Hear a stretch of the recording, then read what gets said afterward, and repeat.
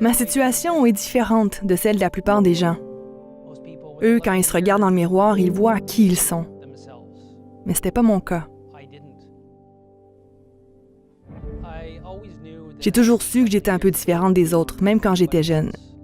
Mais je savais pas pourquoi.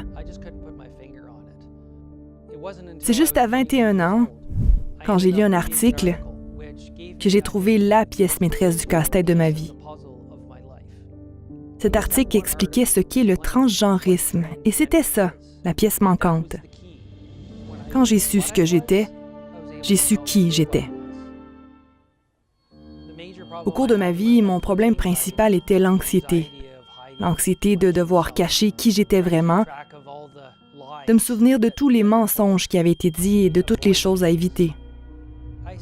J'ai commencé à avoir des problèmes de mémoire et de la difficulté à me concentrer pendant les discussions. Il m'arrivait de chercher des mots au milieu d'une phrase. Je ne m'étais jamais rendu compte qu'après toutes ces années, la vie que je menais avait des conséquences néfastes sur ma santé. Le jour où j'ai choisi d'annoncer à ma famille que j'étais transgenre, ça a été difficile. Mais en même temps, j'ai découvert qu'elle était là.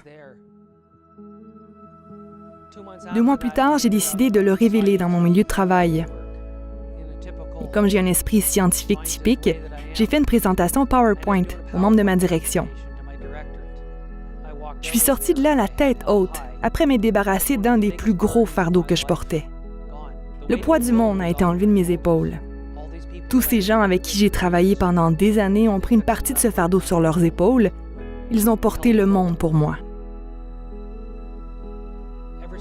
Et ça, depuis que je leur ai raconté mon histoire. Chaque fois que j'en parle, je deviens plus à l'aise avec qui je suis. Récemment, j'ai eu la chance de rencontrer le général Vance. J'en ai profité pour lui dire que lorsque quelqu'un comme moi a la possibilité d'être soi-même, tant à l'intérieur qu'à l'extérieur, jour après jour, eh bien, c'est un avantage pour les Forces armées canadiennes. Je me suis tournée vers le bénévolat pour aider ceux qui, par exemple, n'ont pas la chance d'être ce qu'ils sont vraiment ou qui éprouvent encore des difficultés.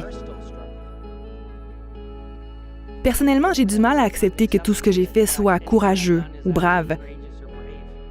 Je fais seulement vivre et être moi-même. Un soldat est un soldat, et peu importe son genre.